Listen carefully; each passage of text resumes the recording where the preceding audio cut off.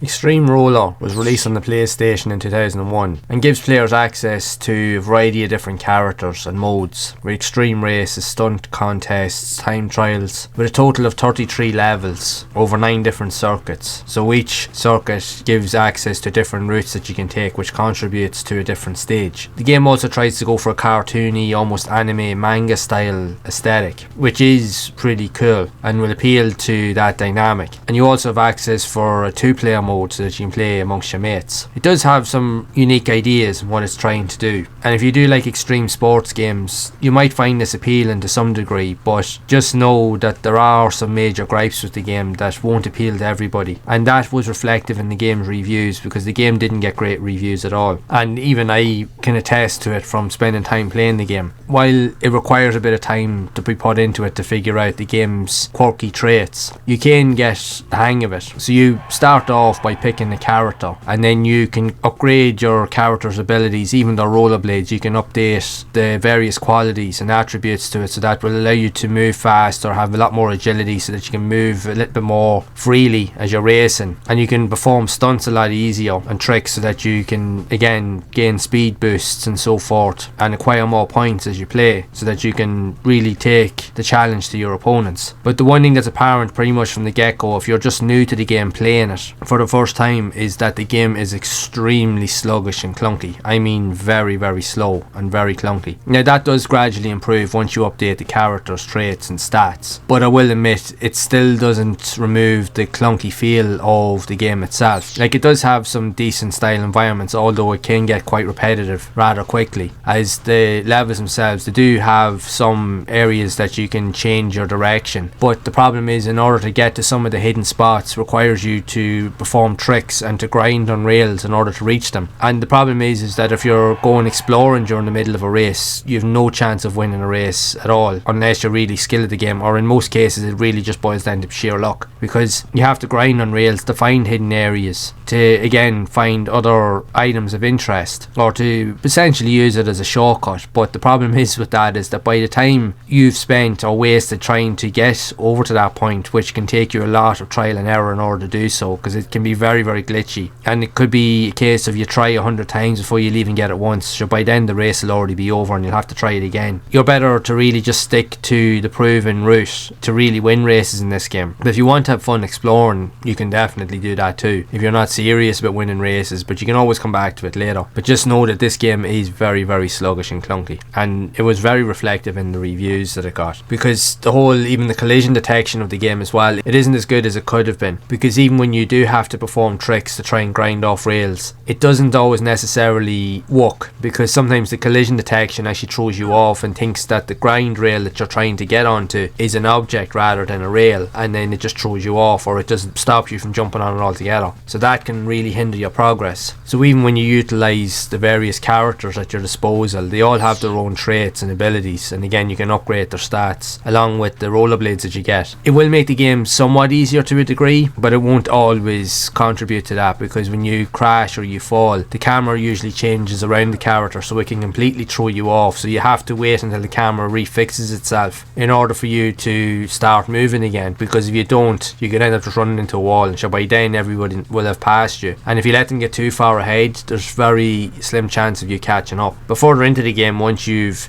acquired various stats and abilities to upgrade your rollerblades, then you will find the game does become a lot easier, especially early on in the earlier tournament modes. But it's just the clunkiness of the controls and even the level design in terms of secrets and hidden areas of trying to get to them, that's the game's main downfall, as it could have been made so much better, as it does have some unique ideas, but it's just the clunkiness of the controls really lets it down, unfortunately. Now, I hate the Slate games and I really don't like doing that, but this game does have its flaws and it's apparent to be seen straight away. But in saying that, it is one of those games that if you do sit down and put time into it, funny enough, regardless of those quirks and flaws, you will start to enjoy it. You'll find that you start winning races, and that will spur you on to keep playing. So it can become somewhat addictive the further into it that you get, but I digress. It all revolves around you putting time into the game in order to achieve those results. But you get out of it what you're willing to put in. It's not the best game on the system, it's definitely not the most polished, it's definitely not the most refined. If anything, in many ways, many people would consider it a flawed mess, but it's playable. There is some elements of it that will stand out. It does have some unique appeal. It probably will suit younger audiences of players more than hardcore players, but for those that it will appeal to, you'll definitely get something out of it for sure, as there is enough quirky elements in it that will keep you engaged to some degree. But I would love to know your thoughts of this game if you have played it yourself, and what did you think of it overall? Did you like this dynamic of game, or did you find it equally frustrating with the likes of the tricks and trying to utilise all of the environmental elements, like when you're searching for secrets and stuff? Or did you find the game just generally frustrating overall? So be sure to share it down in the comments below. And if you would like to see more content around other obscure and quirky games like this who were also released on the PlayStation, then you can check out the playlist on screen to see more of those games in action. And as always,